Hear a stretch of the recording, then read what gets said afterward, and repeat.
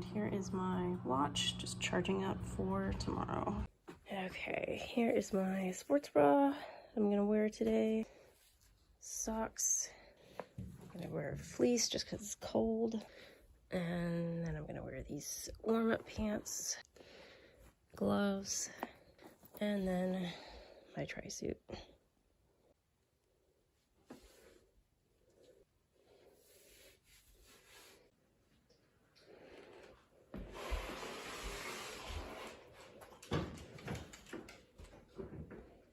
I'm headed to my first mini triathlon. It's called a Tri-Tune-Up, and it is basically a half or a mini half triathlon, sprint triathlon, if you will. 4-mile bike ride, 1.5-mile run, and then 250 meters in the pool, which should be my biggest challenge.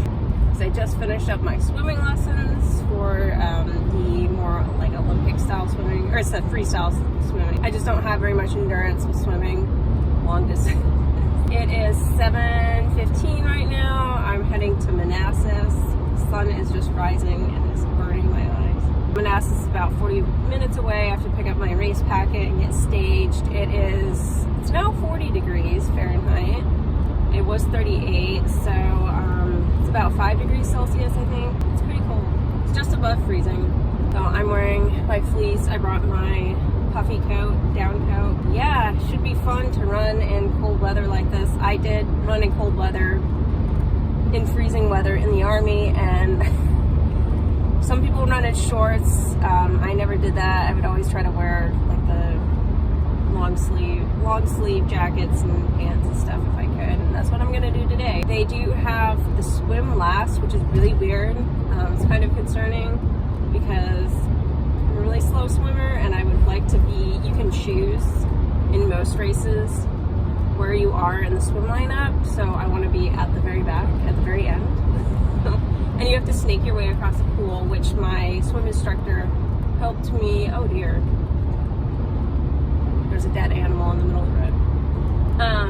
My swim instructor helped me with, she helped me practice a little bit, so I'm just gonna do the best I can. I French braided my hair last night, so hopefully it'll stay mostly in place. I did bring an extra hair tie this time, unlike last time. Hopefully things will go okay and I'll just finish.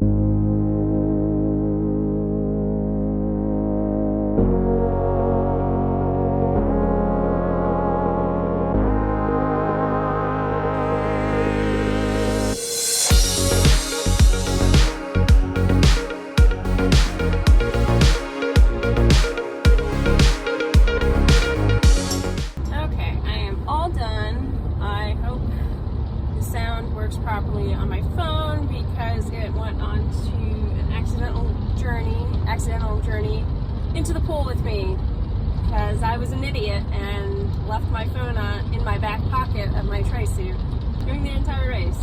Luckily it's waterproof or water resistant. But yeah, that was an interesting little race. It was a good warm up to the triathlon sprint, which I'm doing in probably a few months. I noticed there was a lot more elitist snobbery at this event than I've ever seen at like the triathlon sprints or at the duathlon that I did in Tennessee. I'll put the link right here, wherever it is, and down below in the description. There were some people encouraging other racers, but there were quite a few people who were just, you know, the stereotypical snobby cyclists.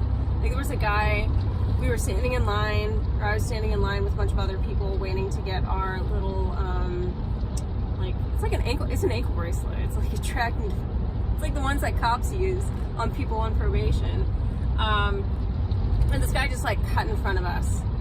And so I walked up with him to the table, like when it was my turn, because it wasn't his turn. And I was like, I gave him my number and I stepped real close to him, like, buddy, and he kind of looked at me. I'm like, yeah, there's a line. So you get some of that, but yeah. And then there's a lady after, when we got out of the pool, went to grab a water, and she like pushed my hand out of the way. So I was like, held my arm firm. The pool was an absolute disaster. Of course, I need to work on my technique and endurance and all that. So first of all, they did the whole race backward, which was fine because it was somewhat fine. It's still really cold right now. So they didn't want to do the pool first and have people freeze to death. It was really windy and cold. So they did the run, followed by the bike, followed by the swim, which was fine. Except for they had the first wave be a slow coast. And then right behind us, the second wave was the elite category. And the people who are really good, obviously. So pretty much like half a mile into, or 3/4 of a mile maybe, into the run, I started getting passed by the elite category, because obviously they're much faster runners. And it kind of trickled all down through the race. And so when I got into the pool, they had told us, like, you can choose when you go in the pool. And because I was like, I don't feel comfortable swimming in a lane with another person. I don't want to hold anyone up. Well, guess what happened?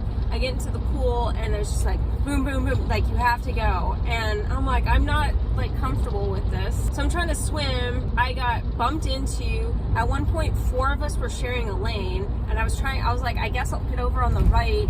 I don't really know the swimming pool etiquette because I've never shared a lane with anyone before. And this is why I don't do triathlons in pools. And it wasn't supposed to be an issue with this one because it was so short, and they were like, you can go whenever. I kind of moved to the side. I got kicked in the head. I got kicked in the stomach, kicked in the leg, like not hard, except for the stomach was somewhat hard because the water obviously cushions the blows or whatever. But I was just like, oh my gosh, like this is really unsafe. And then I choked on water and I had to like stop and tread water for a second. It was definitely more organized than the duathlon, I will have to say, because there was a lot of volunteers, signage. They had like bright neon orange flags and they're waving like go here, and they had little signs. That was super organized. See, they had the cops close down the road, which was nice, and then they just had like minimal traffic, like if people lived there or had to go to work. It was on the George Mason campus in Manassas, so it was already like, yeah, it's not a huge campus, but you know, they kind of did what they could with what they had. Obviously it has to be in a pool at this time of year because it's way too cold. It's definitely a good warm-up to my triathlon sprint because I know now what I need to, like the things I need to work on, the things I need to fix. I made a packing list, I'll show it here, for winter triathlons because it's a lot different. I have not run in the cold, at least more of a serious running, in a long time. Because when I was in the Army, we used to like dress up, you know, the fleece caps and all this stuff, and I just have not done that in so long. There's stuff I should have brought, like I should have brought a fleece headband thing to cover the ears but not the head, because I was overheating. I had like a little beanie on and my head was overheating, but my ears were really cold. The French braid was a good idea because my hair stayed in place for the most part. Good that I brought the thin gloves. I should have brought a dry fit or like a rash guard type long sleeve shirt, and then like maybe a puffy vest or something, or like a little thin fleece vest, because I did overheat and I knew I would, and I was like, I'm just gonna like hang on to my stuff because like I'm not competing here. So I brought my little windbreaker, which was good. I actually downgraded my gear when I went from the run to the bike, and I took off my fleece obviously and my pants. I had warm-up pants on, and then I put on the windbreaker and I was pretty fine. My legs were pretty cold, but I mean, you know, it's the bike, like it's okay. Definitely learning experience. I'm kind of a little bit discouraged with kind of the snobbery that, and like some people who experience like even worse. Like there's people that had, there were people that experienced even like more snobbery than I did.